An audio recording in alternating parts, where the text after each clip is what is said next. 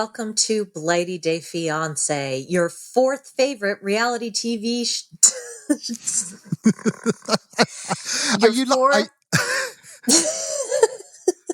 your fifth favorite now, reality and dating TV after show podcast. Possibly dropping a sixth. Let's save it. I'm Robin. She's Michelle. We're a transatlantic international married couple living in London, cisgender, heterosexual. What have I left out that we always say? Monogamous. Sure, absolutely.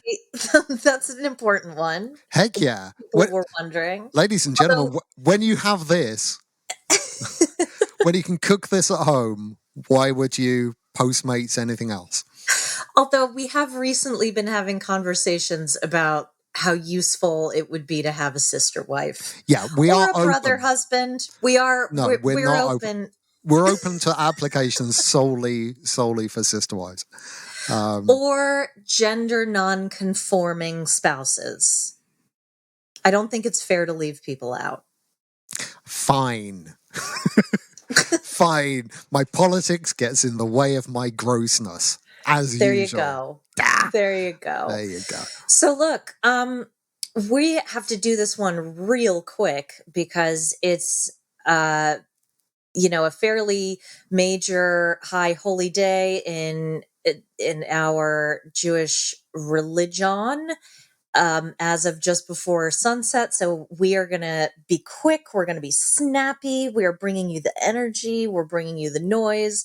There might be a little funk in there. Depends on how smelly the blondes are. That is an inside joke. That is an inside joke. Yes, you can find more inside jokes on our Patreon, patreon.com/blightyday. Blighty is spelled Blighty.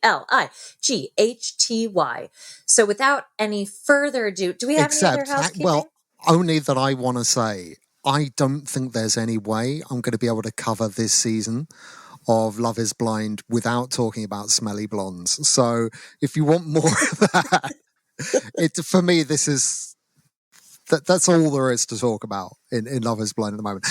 We're like a couple of episodes in on that. We're going to watch the first batch and then we will be dropping something here for free and everything. Yeah, we're going to do the first batch for free, gratis. Going to give you a little taste, going to tease you a little bit, going to tempt you. It'll be our invitation to treat, to use contract law terminology. Love it. And, if you want to hear the full series, we're going to paywall it after that. You can also... The second batch, the next generation. Yeah? Like Gremlins. Yeah, fine. And the afters and all the rest. Also on our Patreon, Sister Wives and Welcome to Plathville. Yeah. Yep, that's right. So if you like what you hear here, but you want to hear it without any kind of structure or ads or kindness or... No, I'm kidding. We're just... I think we adhere to our core values. I'm so tired of hearing about core values today. I'm tired about hearing. I'm working on your core as well. Yeah. We've had enough of that today. God. Yeah. All right. However, on this here feed where you are now, unless of course you listen to the ad-free version on the Patreon, we'll keep doing the other 90-day shows, right? That's right. Yeah. And, other stuff. Keep it here. All your reality dating post-show delicious chatty needs. I mean, not all of them. We do have a niche. The niche is dating and relationships. Now, some of you have asked, are we going to do Golden Bachelor? Ooh, it's a big ask. Here's the thing. If I can find a way to obtain it legally, then yes, we might look into it. It might be an offshoot that we have to do, and it also depends on my workload. What really, really helps is signing up for our Patreon. It's only $5. It allows us to create more content because we can get more people editing the content, if that makes sense. We can ask more of the people who are, or the person, I should say, who's already working for us. I guess I guess that's what I mean. Yeah, and we can slip more backhanders to people who work for TV companies to give us screeners of shows we can't legally watch, right? That's how we get them, right? Yes. Right? That's bribery, corruption. exactly. Yeah. Mm-hmm. Good. Allegedly. This is alleged. This entire program is for entertainment purposes only. So, Speaking of which, now, so there are a few folks who are unfamiliar with our career history. We're not going to shout about it, but Robin used to be a TV producer. He was a journalist before that. I have done bits and pieces working in television and film, nothing major, nothing you will have heard of. I'm not talking myself down either. I went to film school and I worked in film and television for a bit. I have nowhere near the kind of experience that Robin has. However, by virtue of having worked in public relations in another lifetime of mine, I've been around a fair number of these folks. Robin and I have both sure. had connections within the industry and everything. So we do know what we're talking about. We didn't just decide one day that we were going to, put on some costumes, some fancy dress, and pretend to know what we're talking about. Okay. So all of this is to say that it's difficult for us at times not to talk about what we think might have happened behind the scenes or what we would have done if we had been producing the show, or if we see something that doesn't read well or it sounds like a narrative that's been interrupted. We don't want to ruin your fun. And we know that for most people, that stuff is just annoying. So, for the purposes of expediency, we're just going to talk about the narrative that's presented on this show. We're not going to talk about what we think could have happened. We also don't have some kind of boots on the ground source who's there feeding us information. We don't meet anyone in a dark parking lot, Sure. every week and get in. I'm making a Watergate And even reference, so I thought you could fill that in a little bit instead of leaving me out to. No, I was just being the smoking man from X-Files. Yes, exactly. Yeah, there you go. Yeah. And even if we did have boots on the ground, we will protect our sources, right? Yes, we always do. We always do. So we might not. We might know other things. We might not. But look, let's just talk about what everyone saw. I enjoyed it. I thought there were lots of things where I shouted at the TV, this is how you do a tell-all. So congratulations to everyone involved. There were many, many things about it that I thought were a marked step up. No shade, no shame on, the Sean Robinson stuff that we've all been watching for many, many seasons from like the various US shows, right? That isn't me being like kind of parochial and flag waving or anything like that. But there were definitely moments when I was like, yes, this is what we've all been crying out for. There were also several moments where I was like, that is not how you do a tell-all. All right, so I'm a little torn, but I do feel that the effort was there.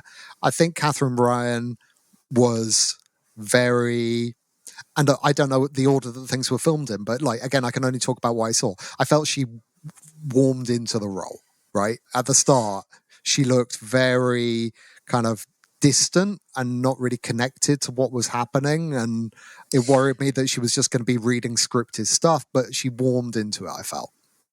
Yes. Yeah. So this is where I will let some daylight in on magic, because I think it's important to know.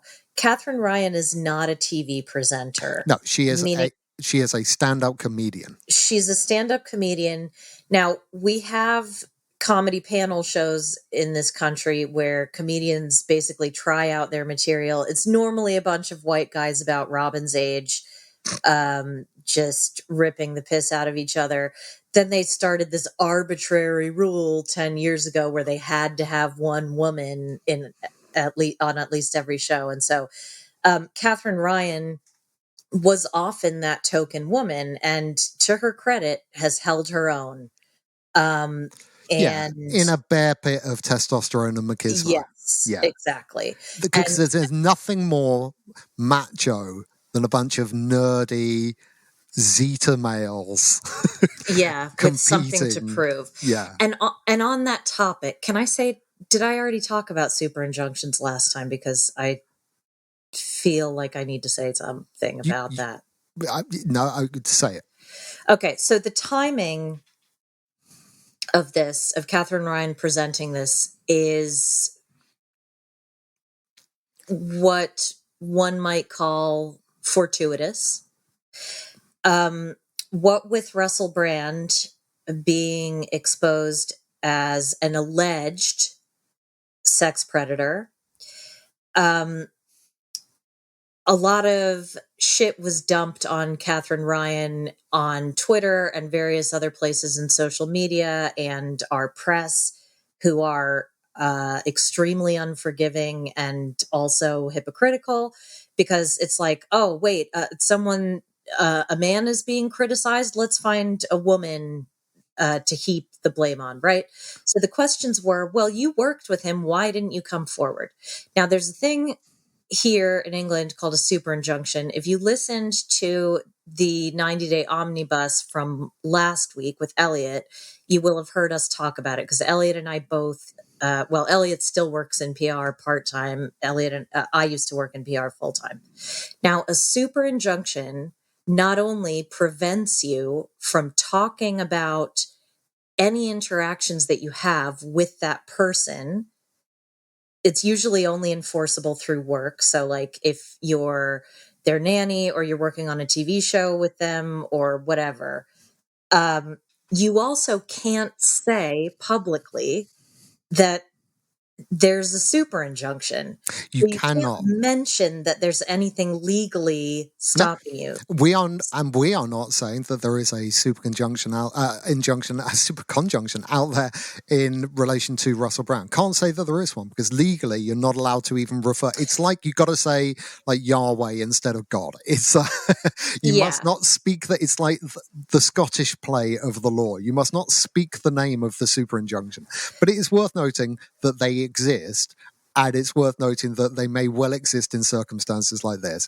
And it is worth noting that, to her enormous credit, Catherine Ryan is one of the very few people in that industry who for quite some time has been talking about the grotesque, toxic, predatory actions that go on in the stand-up world in the UK. Like, the US had it already with the likes of Louis C.K. We seem to have got away with it in this country, but she's been calling out for a long time. So having her presenting this, I will just say, it may just, I mean, look, I think it is just pure coincidence, because she was announced to do this quite some time ago before any of this kicked off. But it looks really good for the network, I'll say.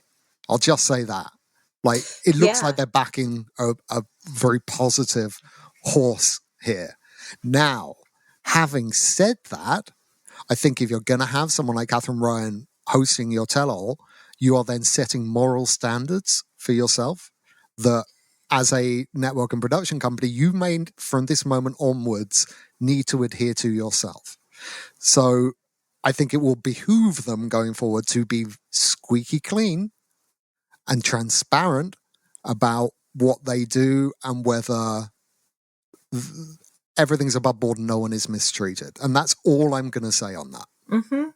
I just think when you get into this area, you then have to be pretty damn careful. That's all.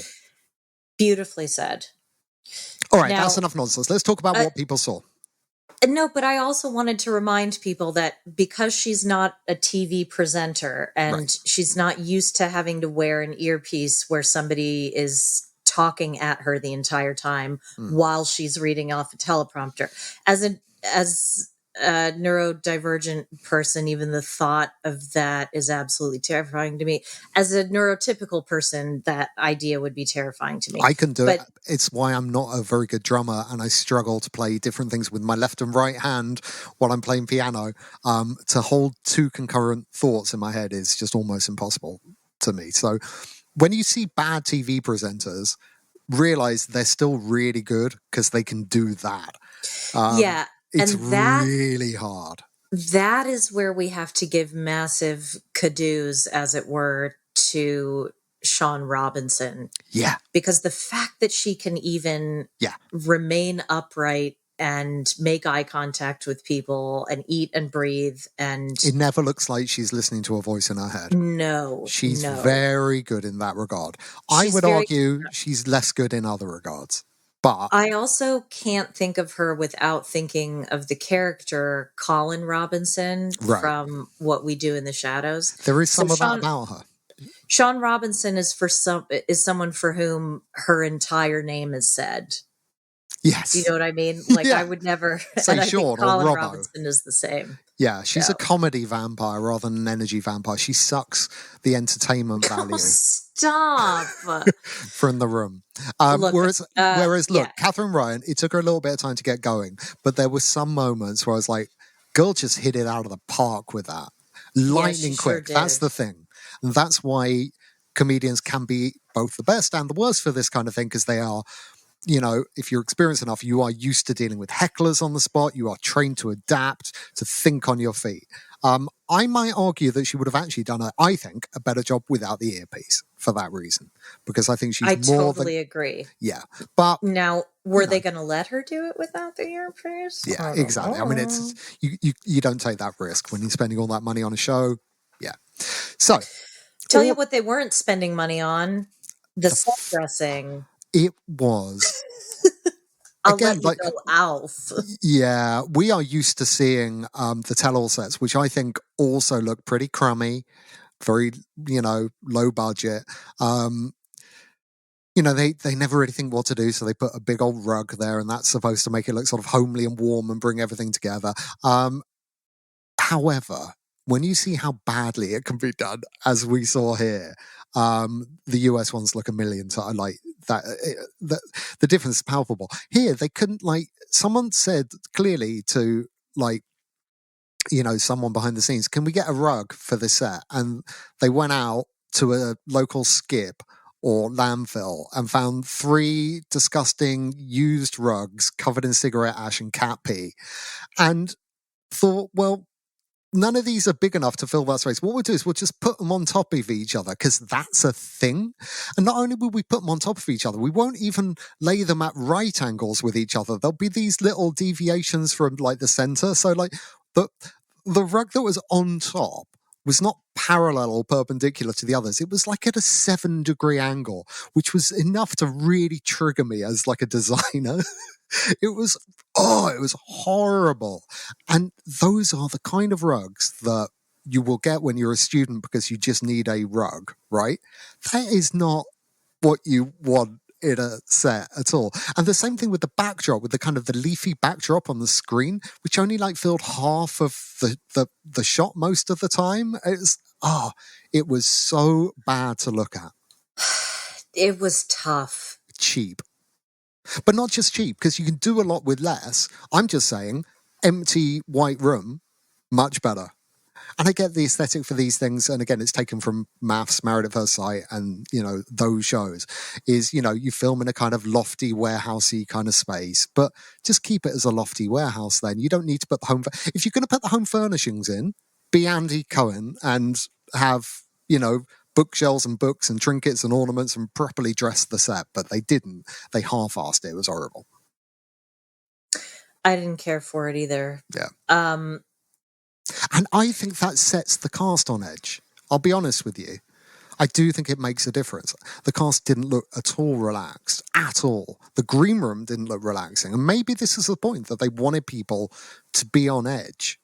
They were wearing the clothes that they came in on off the street, because you saw them in the cars, which is weird, on the way there. And that's really, really odd. They had a little bit of hair and makeup, but they're wearing the clothes they've been in. And I don't know how long it took to film this, but I can guarantee you it didn't take the 90 minutes that we saw on air. It probably took days. No. So they're probably in these kind of really grubby, hot, sweaty clothes under hot lights in an unventilated room. And it's just everything about it. I felt like the cast seemed really uncomfortable. No one was relaxed at all.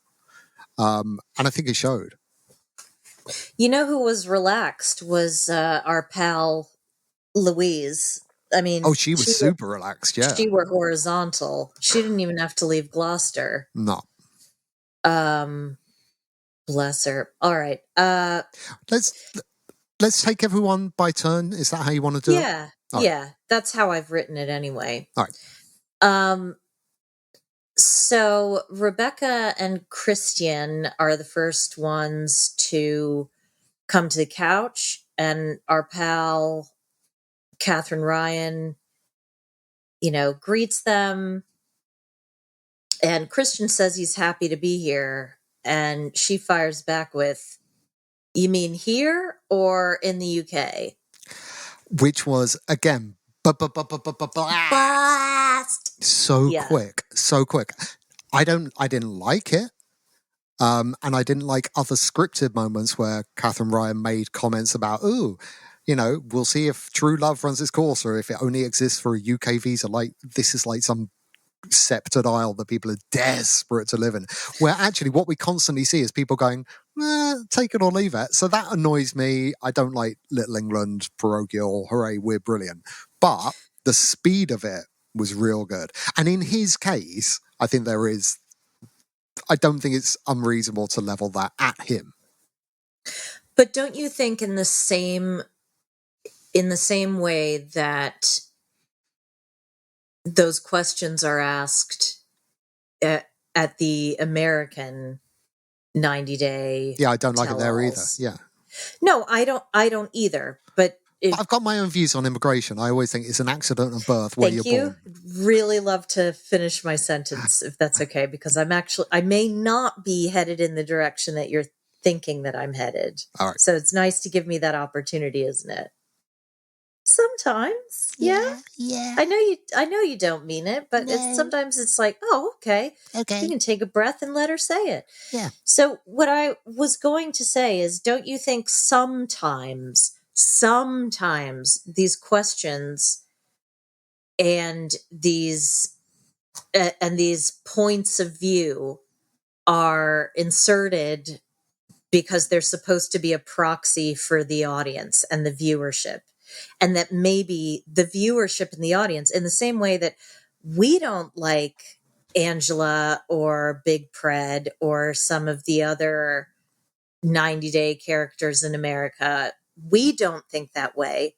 But their popularity among the audience is indisputable. Sure. Most people do like them. Last Resort, or whatever it's called, Redemption Island is Lost, the reunion. yeah. Spoiler, they should all be dead. That's a terrible thing to say. Don't say that. Having said that, I guess you can get all your terrible out now, because you're about to, tomorrow we go and apologize. Right. Yeah, I get forgiven for everything. Anyway, I was talking about Big Ed and Angela, and I'm doubling down on that.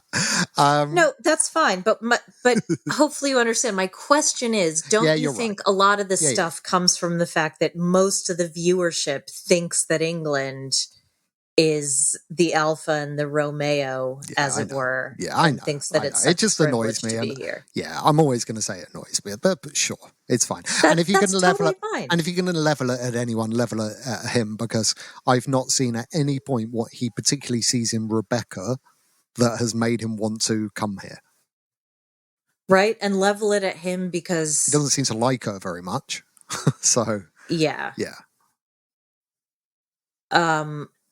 Also because he's a white male. Sure.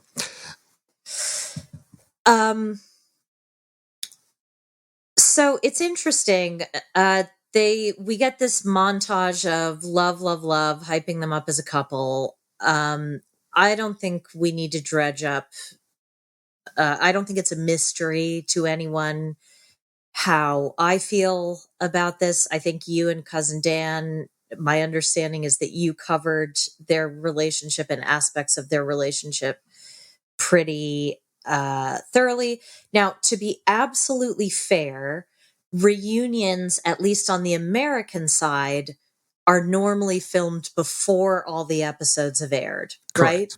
So we don't know how many episodes they've seen, at what point this was filmed, whether they had seen the finale. I think it was pretty clear that they were showing them in the studio things they hadn't seen from reactions. Sure. And so that means that this was recorded before everything else had aired. It's not like they recorded it this week. Right. And I'm going to, on that assumption, I'm going to give a pass to production and Ms. Ryan for not grilling Christian as I would personally have liked to have seen him grilled. We were all hoping, right, for him to get roasted for it because he earned that. And it didn't happen. I really don't think it's because they were pulling punches. I don't. And just based on a lot of the other questions, I think if there were hard questions to be asked, they would have asked them. I just don't think it had happened at that point. I think so too. Yeah. A shame, though. A shame, because what it meant was he came out of it looking like the most reasonable man on earth. Well, maybe not the most reasonable man on earth, but he came off as charming and warm. Yeah. But again, I think it's really important to say that we need to stop this myth that, and I'm not calling him an abuser. I am not calling him a gaslighter or any of those other things. I'm not making a formal allegation that he has a controlling or coercive relationship with his wife. Okay. I will say that people who are coercive and controlling or who are predatory in any way are often very nice people to their friends and family and their victims before they victimize them. You know, so let's not pretend that people can't hide in plain sight. Yeah, or they're good looking. Why would they need to? It's because it's not about, are you good looking enough to get someone to go out with you? It's about power, and it's about trauma, and it's about insecurity, and it's about things that no matter how rich or famous and successful or good looking or any of those things you are, you're not immune from any of that stuff. So that's right. Yeah. So disappointing. She wasn't asked a hard question or any questions that I really recall. She just, apart from the obvious stuff that happened, she glided through the entire thing without breaking a sweat, right? Yeah, she was feeling herself in that unfortunate dress that did nothing for her. She reminded me, I did say this, anyone who watched Married at First Sight Australia a couple of seasons back will remember Melissa as in Bryce and Melissa. And like how they now present as a couple is pure Bryce and Melissa. Yeah. Yeah. That's what we're left with those two now. So there's some Stockholm syndrome happening here. Now, if you don't mind, I'm just going to bring up a few of the bits and pieces. Sure. Not to go into granular detail, but just to say, so Shane rightly asks, after showing a clip of Christian when he was out with a friend in Argentina, and he does his ITM about, oh, I know that I need to listen to the angel on my shoulder, but right now I'm paying more attention to the devil. Shane understandably asks, why would your friend imply that you were going to cheat on your wife? Right? Right. To which Christian says that was taken out of context. Those comments were taken out of context. Okay. Rebecca swoops in and says he's not wrong in anything he said. So cool. Right? Catherine says some UK viewers thought you were using Rebecca to get a visa. You do know that you have to stay here for 5 years for the spousal visa. And cool as a cucumber Christian says, well, whether it's 5, 10, 15 years, I'll be here. I'm sure you will be, Christian. I don't think you'll be sat next to Rebecca. Right. He did.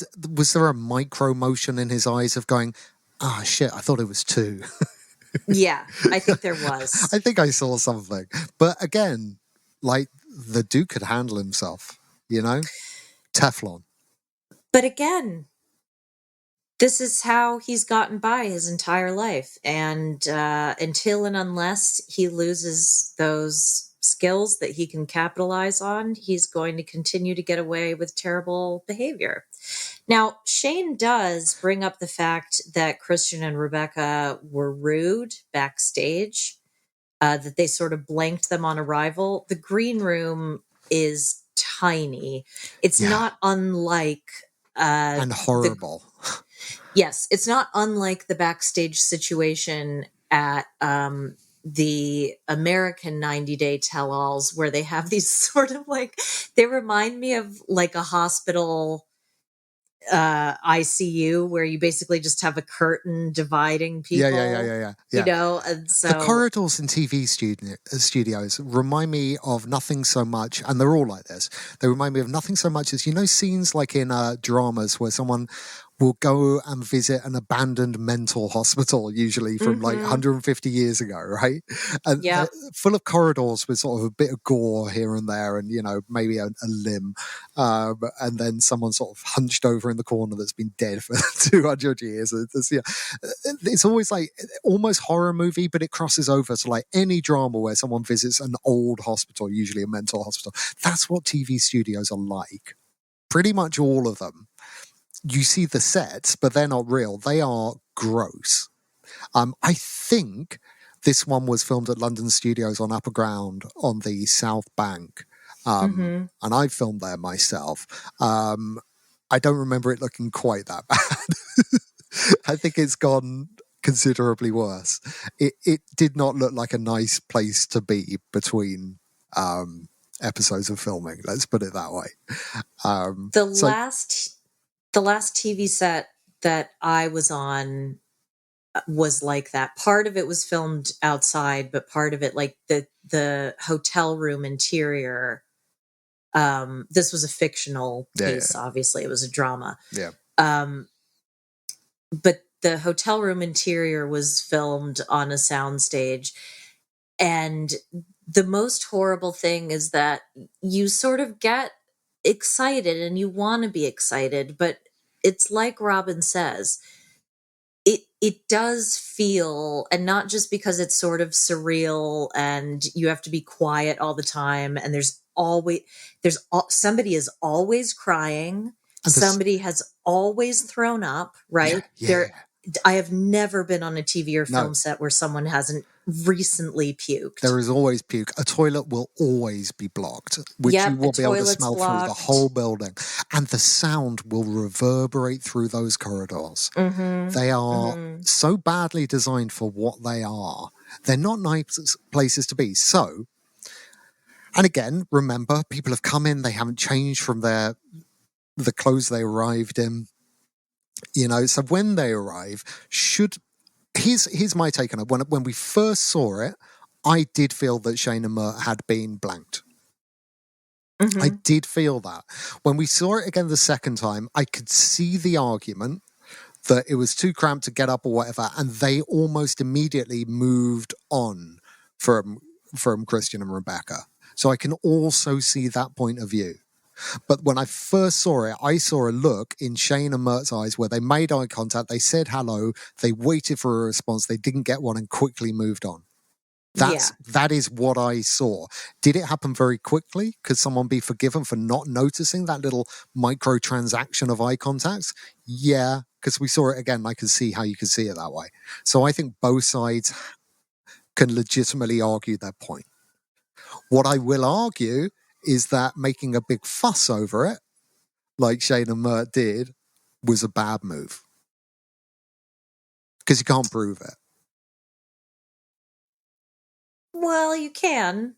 I mean, it's on film, and people are going to take what they... And we saw it again, and you could see that Christian and Rebecca's point of, you didn't even give us a chance to say hi, you just moved straight past us. You know, you can't argue it because you could see it either way. It's like a VAR decision in soccer.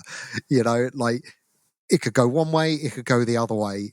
I'm just saying, to have made such a fuss over it and to be to say it out loud, I don't think was a good move. Just keep that to yourself, because it's not black and white. Agree to disagree. Yeah. And I hear you, and I validate your point. I just think they were their own worst enemies in that regard. It's, yeah. Let's put a pin in that and come back to it. Okay. Yeah. All right. So, Tion thinks Christian, and then the whole Norway girl thing is brought up. So I guess Christian went to work on a Norwegian cruise liner, which makes me never want to go on a Norwegian cruise liner. And during which he was out of contact for periods of time with Rebecca and in contact with someone else. And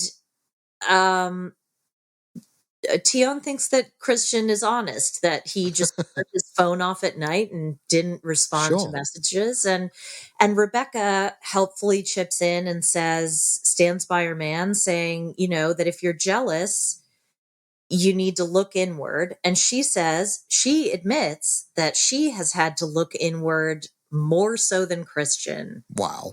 When it comes to jealousy, which I think says a lot. Now, you might detect that I'm having some trouble with Rebecca, and I am having some trouble with Rebecca. Part of it is something that I'm not proud of, which is that I struggle when I see a woman defending a man whose behavior is awful. And inexcusable, because regardless of whether anybody else has seen those episodes, she lived through it. She did. That's right? Exactly right. And for her to talk about, oh yeah, I need to look at my own I'm not saying she's a perfect partner, because I'm sure that there have been moments where she's no angel. Sure. And particularly in seeing the way that she interacts with other women in particular, I can already tell that I wouldn't get along with her.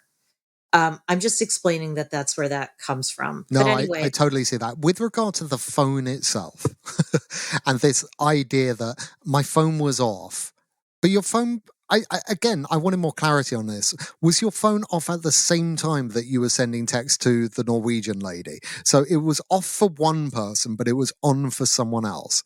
I am not buying it. I am not buying that you turn your phone off for days at a time. We, even if this was filmed before those episodes aired, we saw him get messages on his phone and choose to ignore them. Yeah, right, he's when on he was his in the phone pub all the time. It's just complete bullshit. I'm sorry.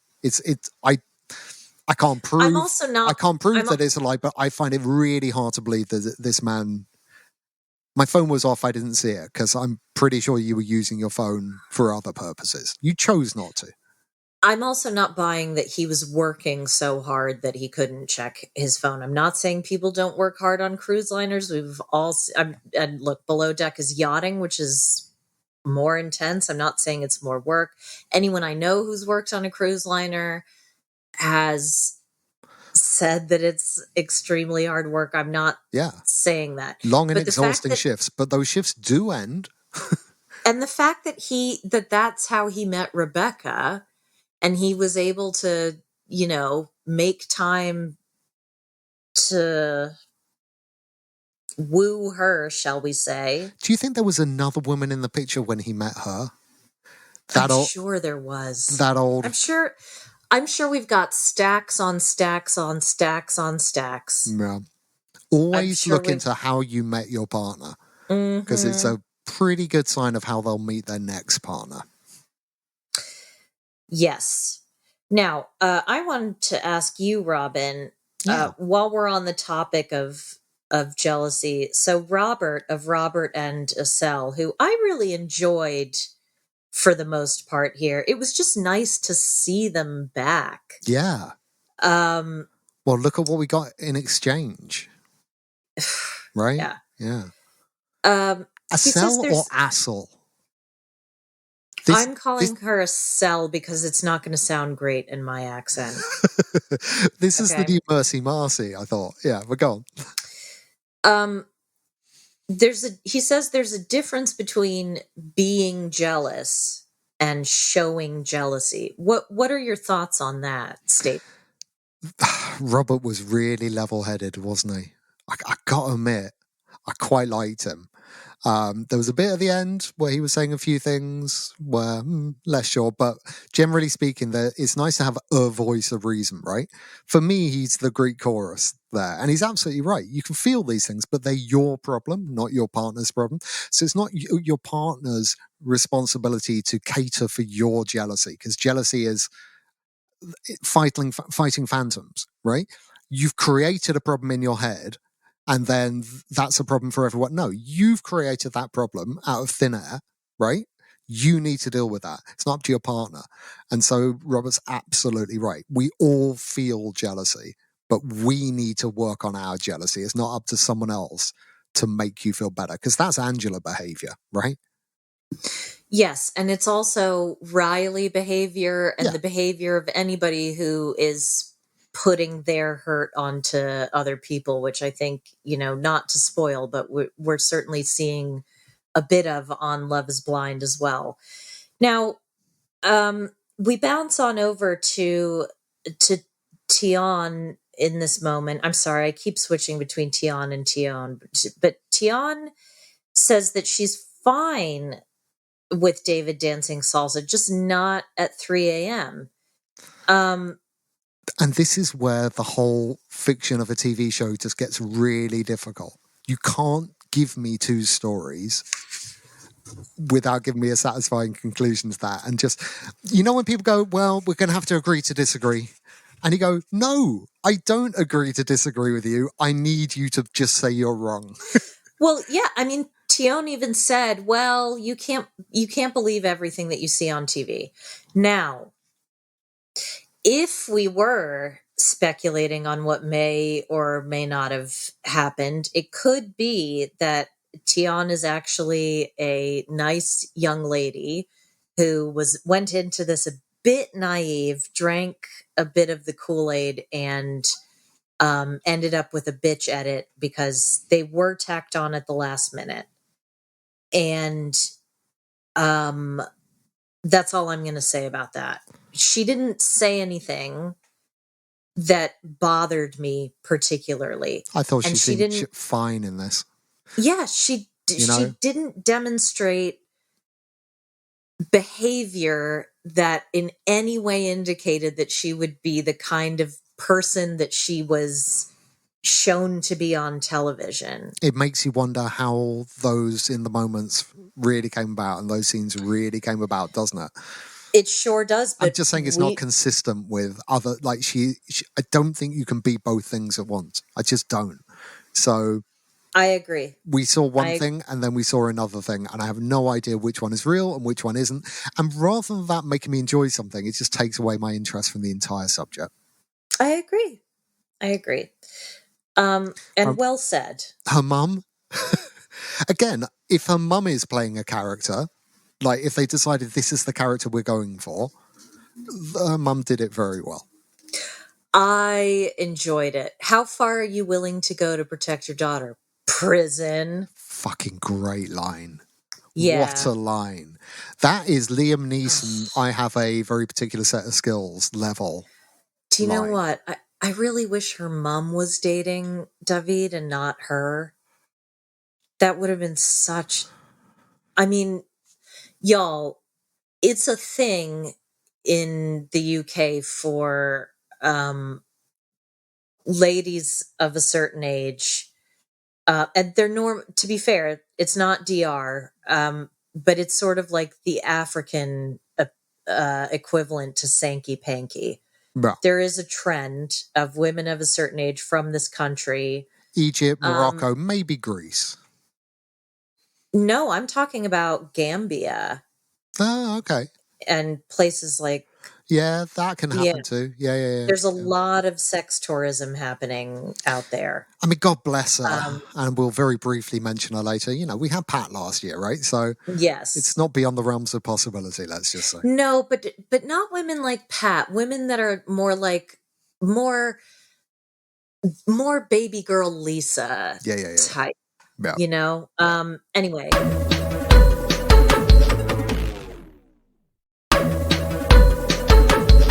I just want to touch on the belly dancing stuff. Apparently, Rebecca got a lot of criticism online, clowning on her belly dancing.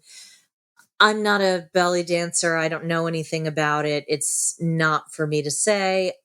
I'm glad that other women took something from that. Yeah, me too. And whether or not, like, what are people that know stuff about belly dancing saying that isn't belly dancing? That's just, is that what they're saying? Well, Well, she it was, is the internet, Robin, and I think yeah, it's a exactly. combination of. I think it's a combination of criticism of the belly dancing from people who know something about it and people just being fat phobic assholes. What I will say is she seems to be employed to do this, so it's working for her. Steadily, yes. Yeah. So even if it's not good, authentic, wonderful, talented belly dancing, it's paying her bills as far as we can tell. So Sure. good enough, right? So moving on to Martha Marcy May Marlene, who looked gorgeous. I have to say, Robin, it did something wonderful to my heart to see how happy she was. Yeah, me too. It made me a little sad when Catherine pointed it out. It's nice to see you smile. I don't like it when women have that said to them. You're much prettier when you smile. No, There was a little yeah, I bit of hear that. that. That bothered me a That is, little bit. Like that she had is a legitimate microaggression. reasons, I felt, throughout the season to not smile. Okay. But it is lovely to see her smile. And it did make me really sad that Martha Marcy May Marlene did even say herself that she was painted as a miserable bitch. Yeah. And I'm very disappointed that that's what people took from that, because she was depressed. She had clinical depression. She moved to a very cold, very what do you call it? Homogenous kind of place where she would have felt like an outsider. But it goes to show Anyway, the magnificent, as our pug would tell us, the magnificent power of fried chicken to heal all wounds. yes. The Colonel should take a bow. I was surprised they named the particular chicken shop by name there. Well, they probably, I mean, it was KFC, right? Yeah. So they probably got a kickback. a kick bucket. A kick bucket. Yeah. They were probably all chowing down to, it was Prosecco and chicken wings. Zinger burgers. They still do the Zinger Tower. Robin, no, okay, this is a shameful secret of mine. When I first moved to the UK, I gained upwards of 30 pounds, probably 40 pounds, realistically, because I was very lonely, and also because and trigger warning to anyone who has food issues, just fast forward a minute, okay? My comfort was familiar food. And I didn't even eat fast food in America, but just the smell of it and the presence of it. So I ate a lot of Zinger burgers. Now, do they do those in the States? Because I'm always very aware the menus are different. Yes, they do. It's like the Royale with cheese, right? In Pulp Fiction, you know? Yes. Yeah, it's like it's quite astonishing the different things you can get in like McDonald's and Burger King in France compared to like other countries. It's crazy. They sell beer for starters. That's mad. It is game changing. I have to say, the vegan cheeseburger is a game changer. The vegan Big Mac, I should say. But they probably do those in the States now, right? I'm quite impressed. Yeah. I'm sure they do that in America. Anyway, but she looked real happy at the chicken shop, as anyone should be. It is important to work. It's slightly in Christian's defense. I don't want to go back to him particularly, but he does keep going on about the issue of I can't work. And if you wanted to look at everything he says through like a negative filter, it would be, you know, I want my money, so I'm not dependent on you, and I want to be the alpha man and the breadwinner and all that stuff. But there is, you know, work is a human right. And the inability to work is like a highway to depression. I agree. I don't think the way to address that depression is the Barry Plath way, the Dr. Leakey from Orphan Black way, For which is sure. to just go pump up other men at the gym. As it were. I also don't think the way of dealing with that depression is disappearing and getting drunk at 10 a.m. No, for sure. But all I want to say is for Marcy Mercy, I am delighted for her that she is a part of society, because I can totally dig how that must have felt. And it's so different when you have, I mean, even I, like, I basically work by myself, and not having colleagues is a killer. Yeah. It's awful.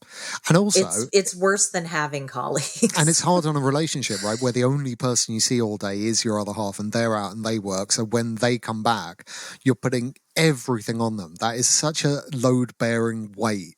Do you know what I mean? For a new relationship. Like, no wonder things go. I was really impressed with him as well, though. I thought he was really gracious and defended her. And, you know, he went back to how he seemed when we first met him, like really quite smart and kind and thoughtful. Yeah. And we hadn't seen that with him for a few weeks. For a few weeks, he had become a caricature, but we went back to, I felt in the telly, we went back to seeing who I think he probably really is. Now, what did you think of this? I was quite uncomfortable with this fake out.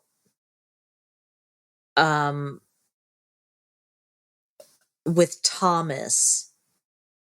So Martha, Marcy, May, Marlene was confronted by the possible scamming, which I had totally forgotten about. Yeah, me too. Yeah. And then there's this bizarre fake out where Thomas is supposed to be brought on. It wasn't a bad idea. Landed. No, it didn't land, but it was quite a good idea. It's almost like a lie detector thing, right? It's like if she'd reacted defensively, right? That was nothing. I know what you're talking about, is or something like that, you know. But they blew it. They fluffed the shot in the sense they should have said, "We're going to bring out a dear friend of yours who you met online," and then saw how she reacted. But to provide a name, like if she'd never spoken to anyone with that name, then it's not going to work. She's going to be like, "What?" Right? So that was a mistake. In her defense, I don't really care if she scammed anyone before she married him. It's not scamming to keep your options open. It's really not isn't. Scamming to keep your options open. I guess I don't understand what the point of that was, and I don't understand. It felt like a gotcha, and maybe I'm being humorless and overly sensitive. But anyway. Well, we've just had on, you know, another 90-day franchise, a storyline where someone's images were used without their knowledge to catfish someone, right? So the franchise needs to be consistent with its own internal logic. You know, you can't say to Mercy, "Oh yeah, sure, someone stole your pictures," when you got a whole other storyline about exactly that happening. Yeah. Sorry. Yeah, exactly. Prove that she's not telling the truth. I think prove it before you even put this on air, because I just think you can't prove a negative.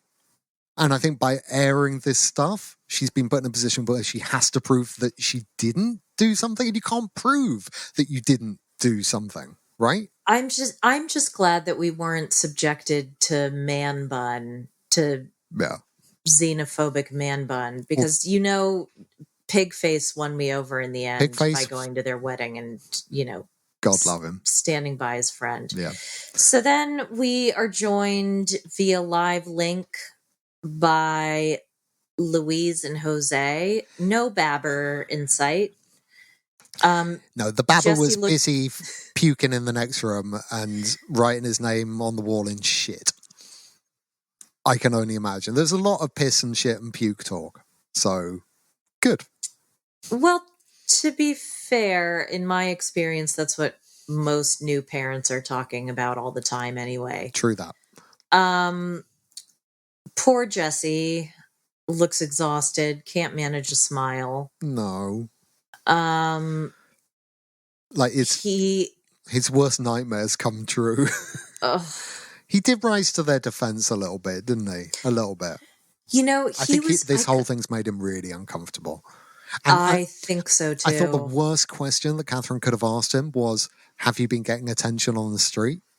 Because I get the feeling this kid is like, my life is a living hell now, right? I wish this hadn't happened. And to point that out felt needlessly cruel. I think he was probably feeling quite protective of his mom as well. Yeah. And, you know, was very vigilant in that way. And particularly, I'm sure he's watched the show and seen how this is playing out. And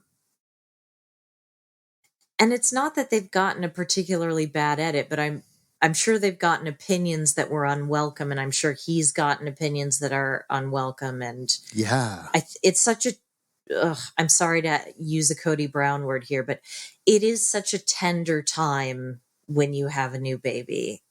And I wish them he's come the out best. Well. Yeah. I hope they're all right. They seem like they're functioning well and on track, and there's not any cause for worry. Really hard to give an opinion. I just think that they were one of the heartbeats of the show and were really great to watch. And it's a real shame they couldn't be there. Yeah, it was an interrupted ejaculation, as it were. So then we get, I also don't want to let Christian off the hook for saying that it's a good job that they didn't wait to get pregnant, because Louise isn't getting any younger. Yeah, which is exactly what every woman knocking on 40 wants to hear. Yeah, thanks. So thanks for that, Christian. Robert and Estelle, you know how I feel about Estelle. I felt like they were gone too soon.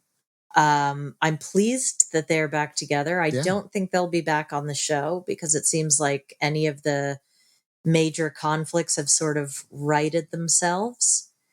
Yeah, I mean, yes and no. You could probably milk a bit more out of them, but I think I've had enough. She was good value. She's good fun. Really hard to argue with anything that she says. She's very reasonable. And so sure of herself and stony faced. You can't really get your crowbar into a gap to force anything open with her. She's too good. I'm kind of disappointed they didn't show Robert's mom absolutely annihilating her, though. Yeah, that's the only time someone got the crowbar in. That's the thing, right? But it takes like a pro level crowbar artist to do that. And you know what I really appreciate as well, especially in these Love is Blind times where all we hear about anyone is, oh, I like your vibe, I like your energy, I really like, you're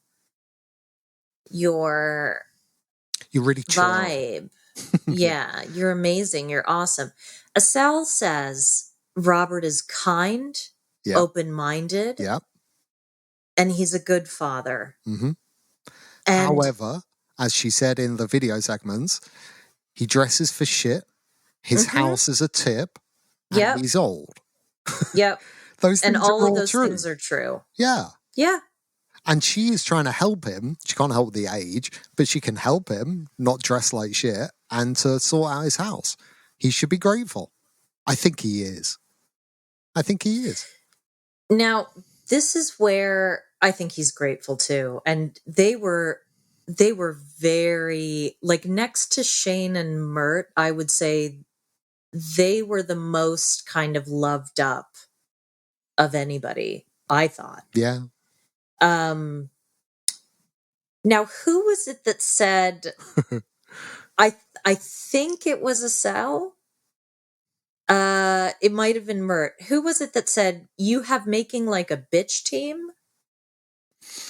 Because that quote was incredible. You have making like a bitch team. We're thinking of it for merchandise. I don't remember. It might have been Mert. So yes, so this is the second time that the mention of a group chat is raised. So what we're told is Estelle gossiped about Mert and Shane to Martha, Marcy, May, Marlene. Michael told Shane without, consulting Martha, Marcy, May, Marlene. And certainly without consulting Estelle. Right. Like, do have the right to say what they think about other people. This idea of like, don't say anything behind my back, come to my face. And where does this come from? This is a modern illness that everyone's like, don't two-face, don't talk about me behind my back. If you've got something to say it to me. It's like, no, people have got the right to have thoughts and opinions that they communicate elsewhere. What they don't have the right to do is, I suppose, to spread lies about you or to try and change the way other people interact with you. That's where I think reading between the lines, the issue is. For sure. It's not like, look, you can talk to your friends, you can talk behind people's backs, but when you're, and I don't believe, and again, I know we said we wouldn't do this, but I don't believe for a second that any of this is coming out of concern for Shane, that Mert is some kind of controlling monster. Okay. If it is, then I have some internalized misogyny that I need to look at. Well, if it is, I find it really weird because of all of the couples that we saw this season, yes, Mert definitely acted badly on Shane's birthday, right? But they resolved it. And the story of Mert, I mean, we're not quite on them yet, I don't suppose, but the story of Mert that we've seen is someone struggling to be himself. Rebecca kind of defended quite a lot of it as well with like his background and, and that is just how things are and all of that and, just insecurity and all kinds of things. And I think like Mert was probably worried about all of the gender issues and being judged and, emasculated and everything. And so, a little bit of him went to the alpha male thing, just, but this is a new kind of developing relationship that but way before he came over, I felt that he had grown massively. And since he's come over, that's exponential. So compared to other couples where I saw men controlling women to a much more disturbing level than Mert did on that one occasion. The other, to that point, and I think this is part of the reason why Shane and Mert became the heart of the show. We watched them evolve in the way that they argued and had disagreements with each other. So, something that I really, and I've said this before, but something that I'm really proud of is you and I are far from perfect and we have gone through stuff, but we know how to argue with each other and we have rules and boundaries and understandings so that we both feel safe in disagreeing, basically, right? Or in saying, I was wrong, let me try it your way. Oh, absolutely. Absolutely. And that's what Mert's done. Show me something he's done recently. Like, if you're going to judge a man, show me something he's done recently, which has shown that he hasn't changed, he hasn't developed, he hasn't considered Shane's feelings. And if you're going to cite the hem party as an instance of that, that's, I think, completely wrong. I feel that Shane, from what we saw on TV, kind of overreacted. He was just trying to defend. And again, maybe he's not quite as elegant in that as he may become in the future, but he's still, for me, totally on the right path. Right? And, tense time, feelings are high, emotions, blah, blah, blah. Right? So I'm not coming for Shane on that. But again, show to me any way in which Mert is like the villain of this season, because I just don't see it. Right. And I don't think we're alone in that, because I noticed that Tion or Tion said that Rebecca was out of line with what she said about Mert, and that she's a hypocrite by telling people not to judge. And then, you know, there's clearly a division here, right? And they're clearly, whether we know the details or not, and we weren't given any details, but there's clearly been an attempt of some kind to create a divide, right? And I think that's what we're seeing, bits and pieces of it play out. But we're not given the And information, and so as a we're viewer, not given the information we need. it's a really unsatisfying thing. If you're going to edit around this, you need to edit the whole thing out. Mm-hmm. What you can't do is leave some of it in when it's clear as day that the audience does not have access to all of the information. It's that. Right. That's not, again, coming from like some inside source. It's just clear as day. No, but I think anyone would say, show us the receipts. I want to right? know. Show us the group chat. At the very least, I want to know what was the thing that Estelle sent to Mercy. Yes, exactly. It really matters, right? Unless, of course, Mer asked for it not to be repeated on air, I guess. But then the whole thing should have been excised, right? Yeah, then you just don't bring it up. But it's not fair to expect the viewers to come to a judgment without both sides of that information. It really, really bothered me. And so what I will just say on this is I do not know to what Shane was responding when she started calling people bitch. What I do know is it looked really awful and I didn't like it. But I do not know what was said immediately before that because it was obvious to me that there was stuff left out. That's all I can say about it. It broke my heart and it felt like a real letdown to see Shane act in that way and to not be able to let go. Like the red mist seemed to come down. But I don't know that I can judge any of that. And this is a problem I have with these shows sometimes. I'm not dumb enough. You can't just pantomime this. You can't just say, there's your villain, go and boo. This is like Life's Rich Tapestry. I want to see the stitching. Yeah, I totally agree. And I don't think that it would take anything away. No, what this is like you know how like TMZ paparazzi, you know how they like goad celebrities into lashing out and smashing their cameras, right? And then they get what they want, which is the person lashing out. But what you don't see is what led up to it. All you see is, look at Chris Martin, he's a monster, right? And I don't know. Or I remember notably when a reporter, I should not call them a reporter, but some idiot from TMZ went up to Ariana Madix and started hectoring her about Father's Day. And Ariana's father had passed away.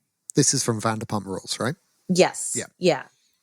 So he was clearly trying to get a reaction out of her, and I don't know how those people sleep at night.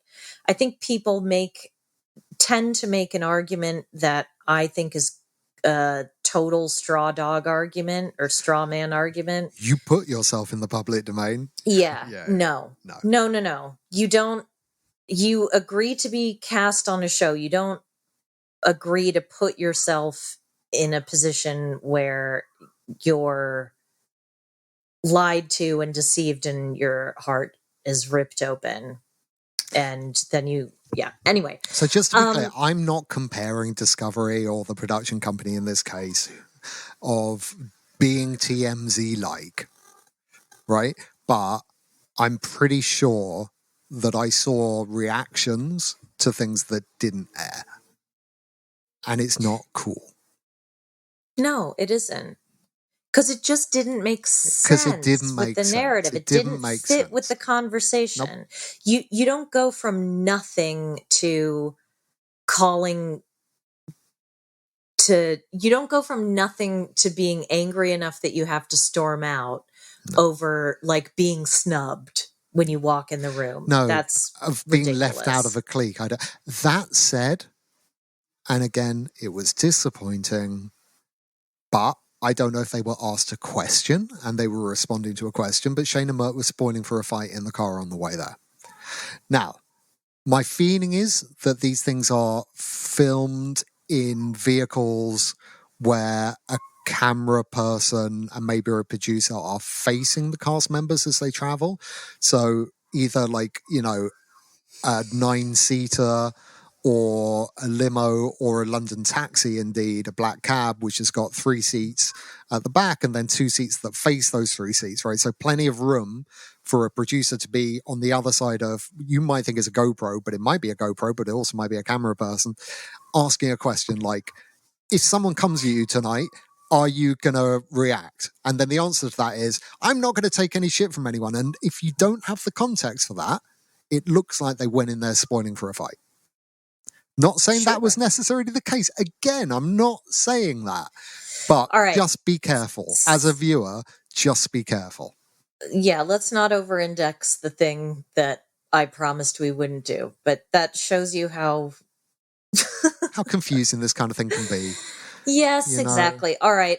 So look, updates from season 1. Victoria and Sean are still together. Well, quick pause. Before, I want to say bravo, having just said a few like negative things, bravo to 90 Day UK and everyone involved in it for thinking of this idea. And again, this is one of the moments where I shout at the screen, that's how you do a tell-all. Such a great idea. Such a great idea. So, what, updates from season 1? I loved that.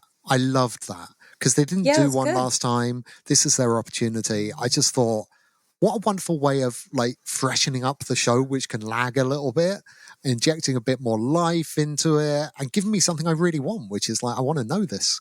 Look, I actually knew all of this stuff, but, thinking with kind of my head of someone who didn't know, I just thought it's a wonderful idea. So well done for that. So Victoria and Sean are in a long distance relationship. She's back and forth from Japan. He's putting out videos.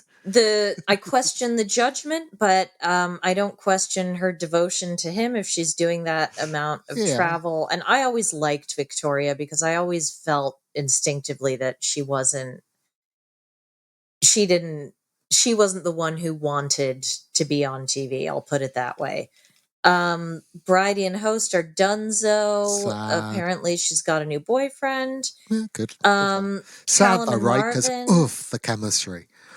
Yeah, I know. What a waste.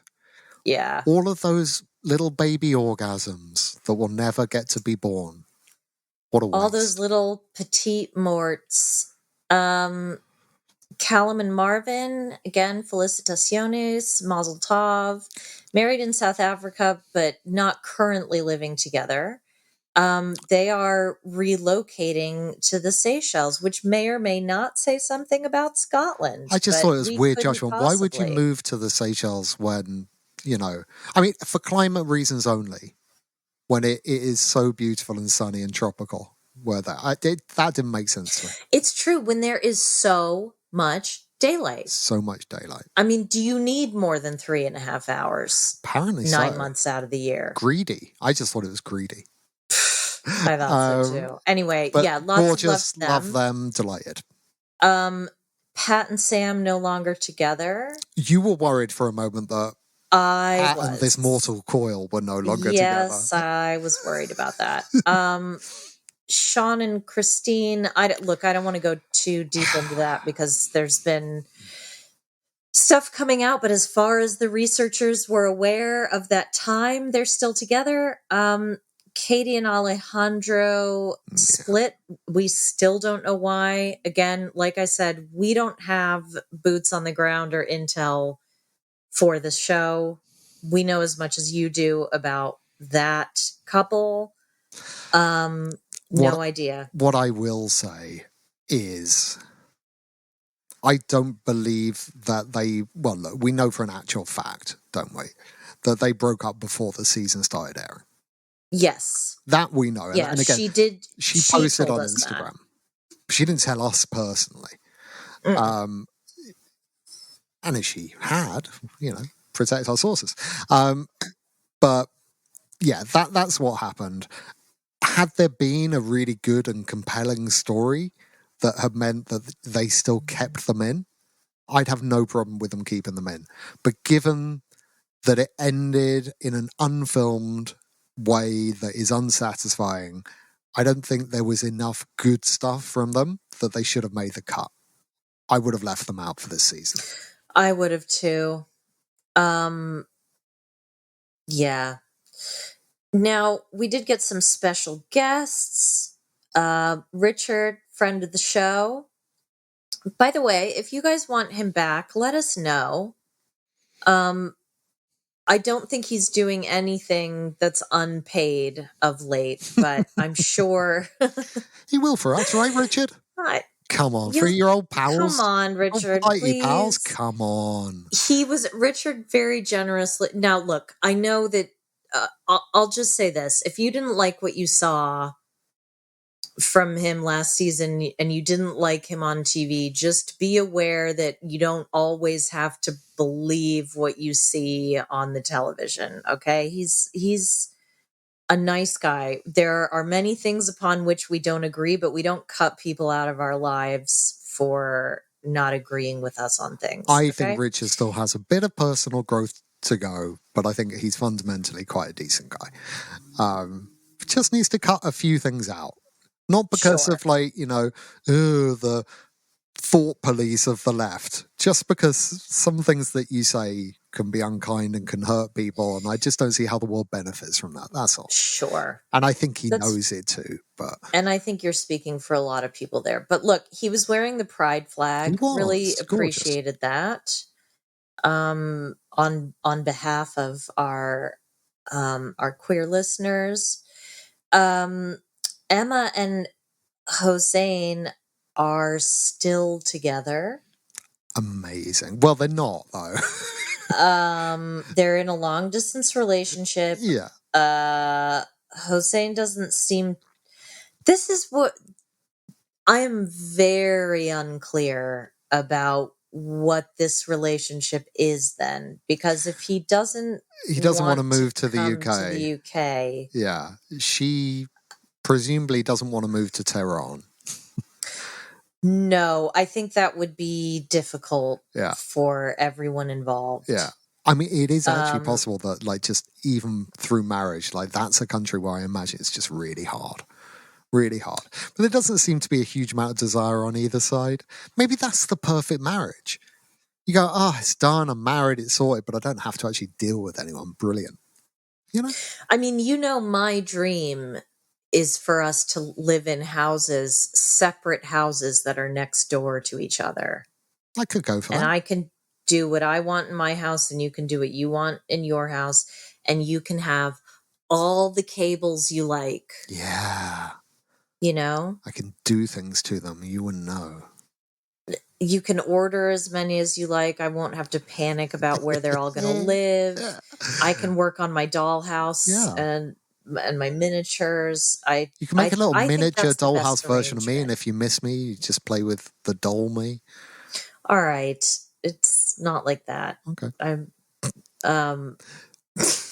I don't even know why I was offended by that. Fine. I didn't mean it badly. But look, she seems happy. Lovely to see her. Lovely to see Richard. I thought Richard asked pretty good questions for everyone else.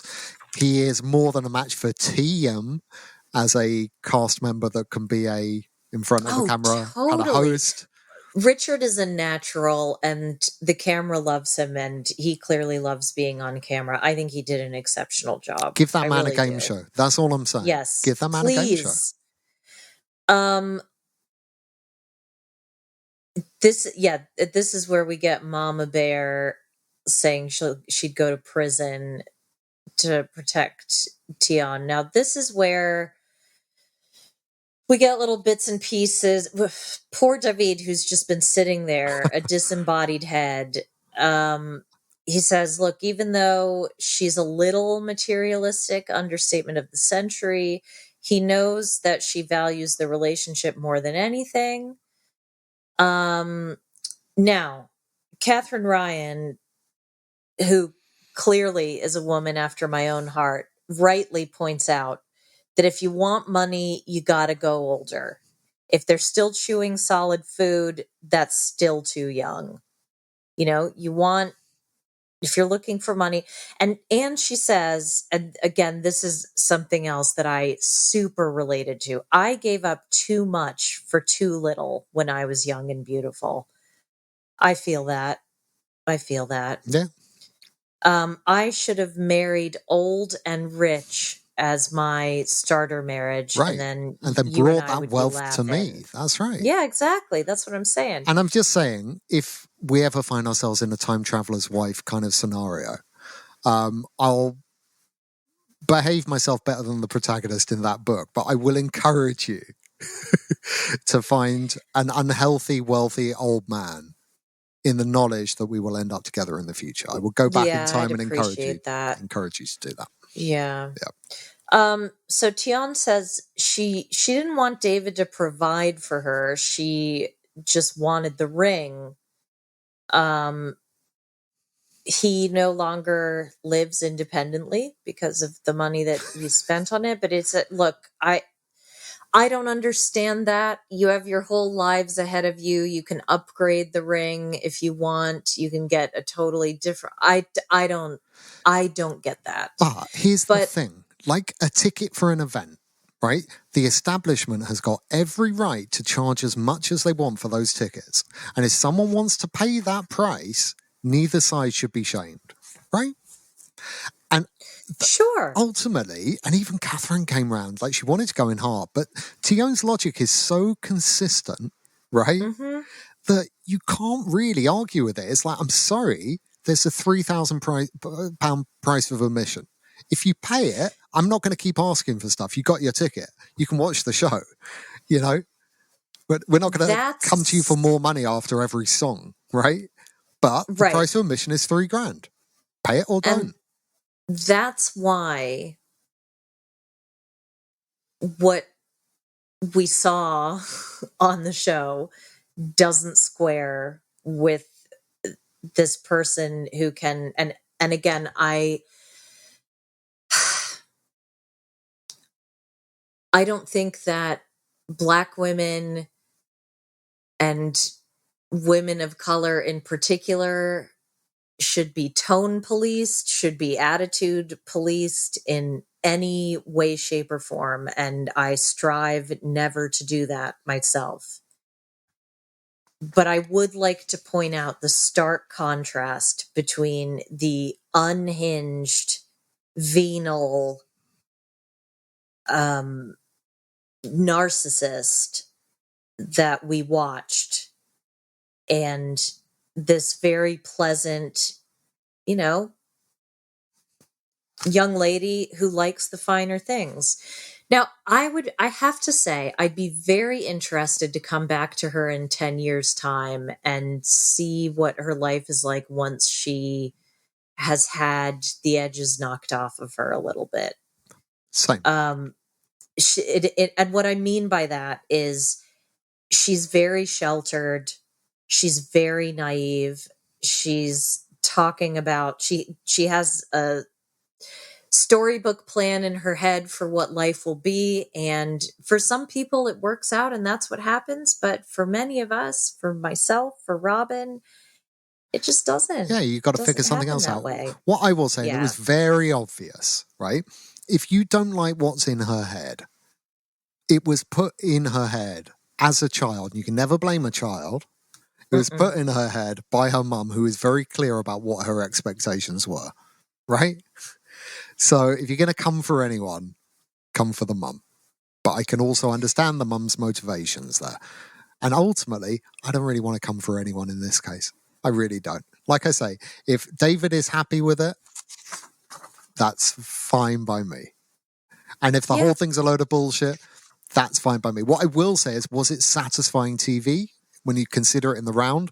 No, because there's this dissonance that people are one thing 1 minute and another thing the next minute, saying one thing 1 minute, saying a different thing the next minute. And the dissonance always makes me disengage. That's all. I just want them to take the right things and the right learnings and not the wrong ones. Do you know what I mean? Like, you will go, and I was talking about this with a former cast member who I will not name. Everybody wins when you cast a couple like Shane and Mert. Mm-hmm.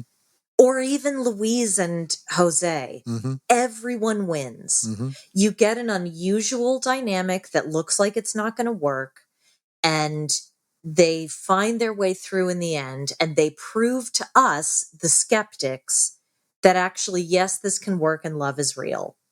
And that is so much more rewarding for the audience than it is to just see total endless conflict. Just conflict. yes. And then at the end of it, a couple of people, they're going, no, it's fine.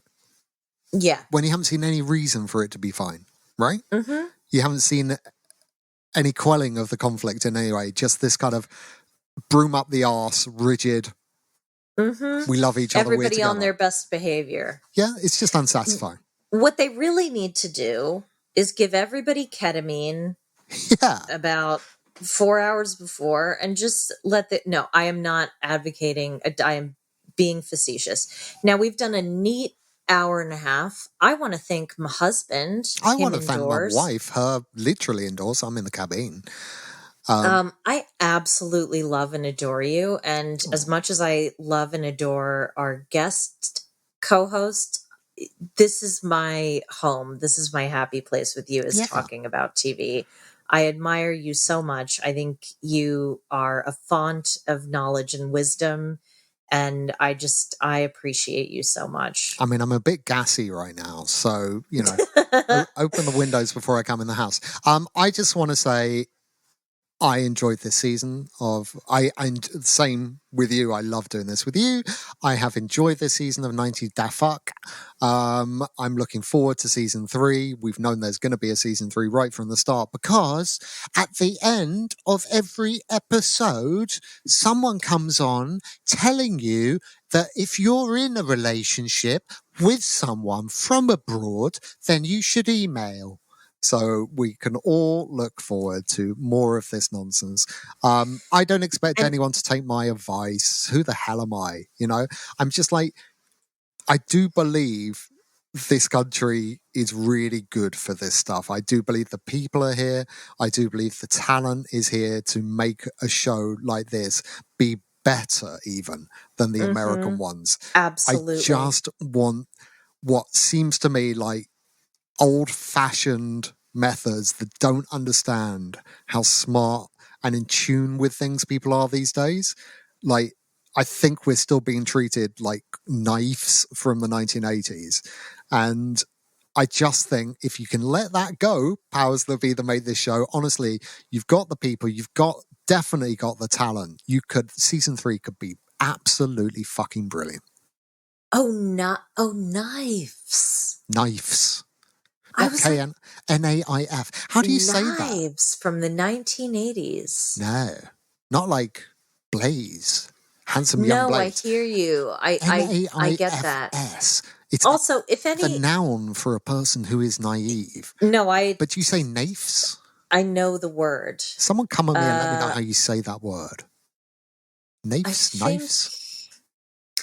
I also want to thank, if you are a current cast member, season 2 cast member, and you're listening, thank you for, and I mean this absolutely sincerely, thank you for sharing your lives with us. And even if I didn't like you or I made fun of you, it doesn't mean that I don't have a lot of respect for you for having the stones, be they lady stones, man stones, or non-binary stones, to do this. This is really hard. I could never do this. But what I will say is, although sometimes you might feel that your stories have been used for pure entertainment purposes, and like the show in and of itself might be that, but what I will say is the offshoots from what is pure entertainment that we experience all the time when we talk to, people who listen to this show and people who listen to other shows and the conversations it enables people to have. And we have had some serious conversations this season about disabilities, about abuse, about gender. And, you know, some people have found it really helpful, cathartic and therapeutic. And I know that as cast members, sometimes you just think that you're, you know, it's a freak show maybe, and that's how, you know, and everyone's just laughing at you and stuff. But know that you are enabling people to talk about things that maybe they wouldn't. And this is good. This is good. Absolutely. I know we do trash TV, guys, but that's not what we really do. Okay, that's not what we're really talking about. And I'm really proud of the fact that we can talk about these things, but we couldn't do it were it not for the cast putting themselves out there. So thank you.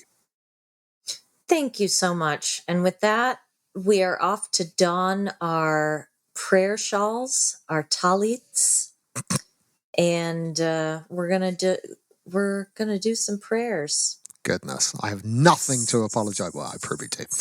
Sorry to everyone I've ever wronged. Will that do it? All right, we will see you soon. Soon. Yeah.